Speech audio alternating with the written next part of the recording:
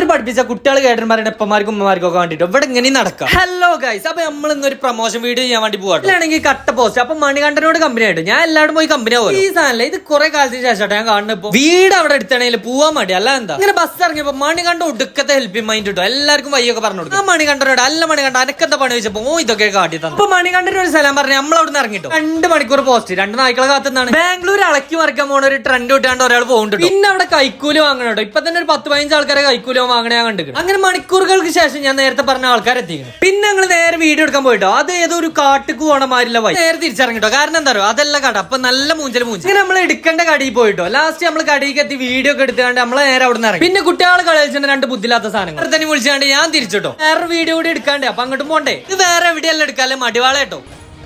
മുതലാളിട്ടോ പുതിയ റബ്ബറോ. പിന്നെ ഒരു ബായ് പറഞ്ഞാണ് ബാക്കിൽ നിൽക്കുന്ന ആൾ ഇവർക്ക് പിരാന്താണ് എഴുതിക്കണേ. അപ്പൊ ഫോൺ ചെയ്തോണ്ടിട്ടോ. അപ്പൊ ബായ്.